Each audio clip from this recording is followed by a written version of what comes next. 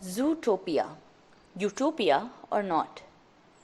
The pros and cons of zoos in today's world. What is a zoo? A zoo is a place where wild animals are housed within enclosures, either for public display or breeding. The zoos that you see today have evolved from private collections which were designed only to entertain rich people. Modern zoos are designed for conservation, research, education, and recreation for each one of us. They also serve as wildlife rescue centers that are meant for long-term care of wild animals, which are usually rescued from illegal possession by humans, circuses, abandoned, orphaned, or injured, or old and sick animals. A zoo provides a unique opportunity of introducing its visitors to different animals all in one place within a short time. In India, there are more than 150 recognized zoos across the country, housing more than 500 species, including endemic and exotic animals. But how does a zoo acquire its animals? Most of the animals come from other zoos or are born in the zoo. Zoo animals are bought through exchange programs within the country or between countries. Many animals are bred in zoos. All recognized and certified zoos may lend or exchange surplus animals with other zoos to increase or maintain species and genetic diversity. When a live animal is confiscated from illegal possession or illegal trade, it is sent to a zoo or a rescue center for treatment and care. No animal is captured from the wild to keep in a zoo. What are the role of zoos in education?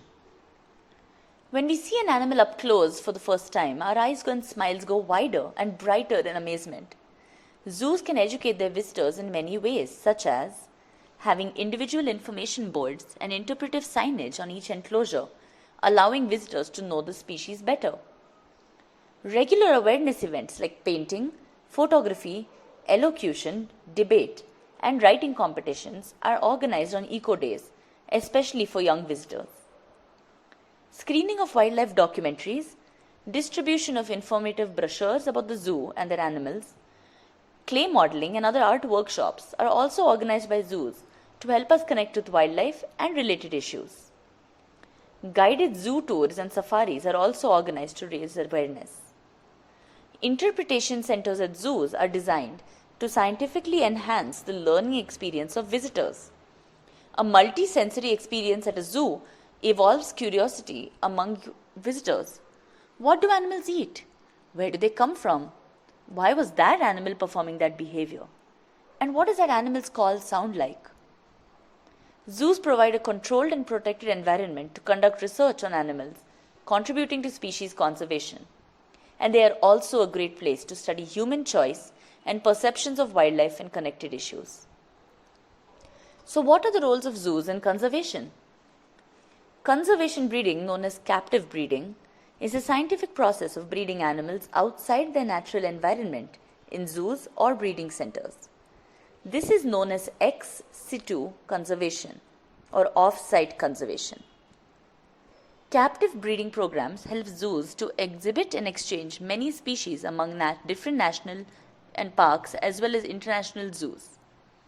These programs are always part of comprehensive conservation projects of endangered species.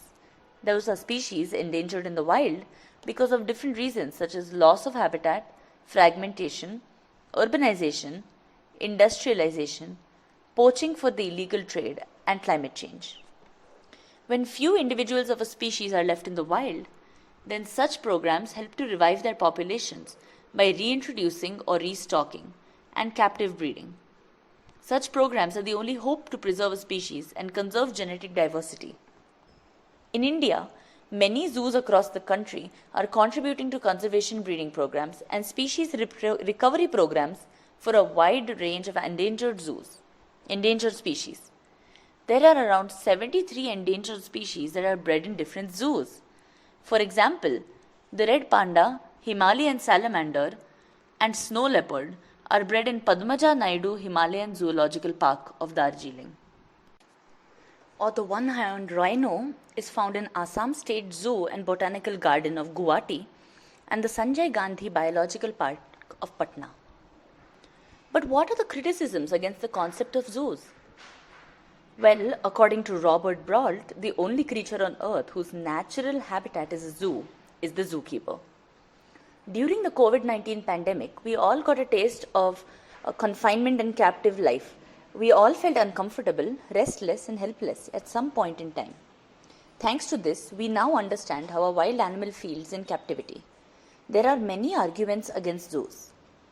Many zoos still function like animal collections, which is an outmoded concept. There are only a few zoos that look after the welfare needs of animals. Only a small number of zoos justify their existence by their contribution to education, research, and conservation. A day trip to a zoo is not your only option to see or learn about animals. There are many other informative alternatives to it, such as reading books on wildlife, watching documentaries and videos that show animals in their natural world. Some channels on television are dedicated to showcasing interesting behaviors and stories about wildlife. Also, a visit to a national park or a sanctuary allows us to see wildlife in nature.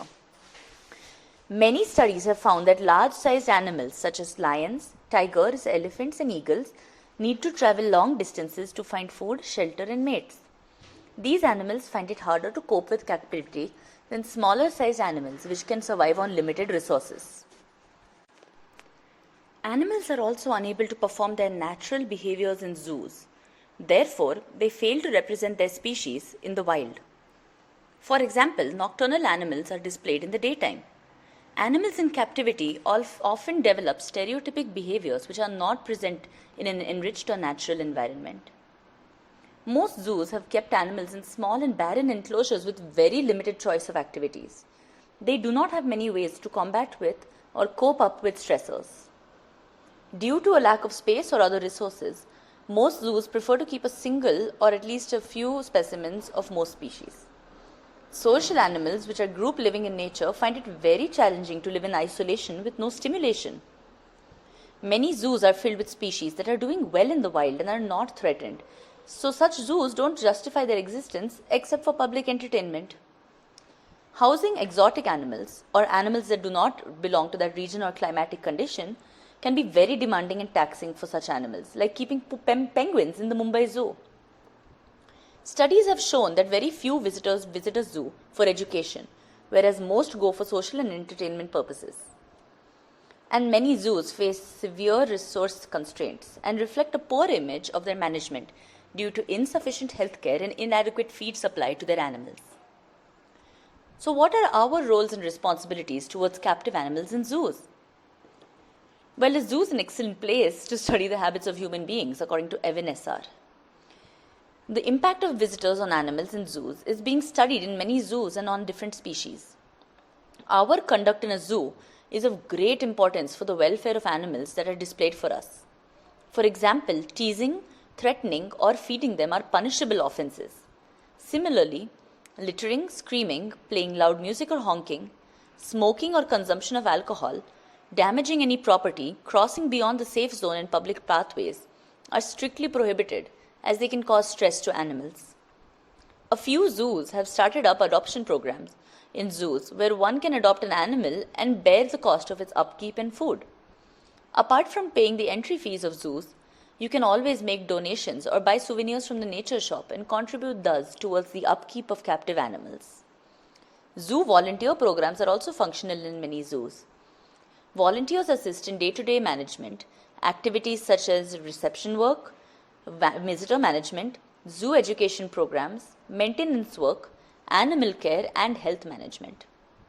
So, dear young readers, what do you think about visiting zoos? Hopefully, this article helps you to make your own decision. Please do share your experiences and observations of your zoo visits with us. We would love to hear what you think as well.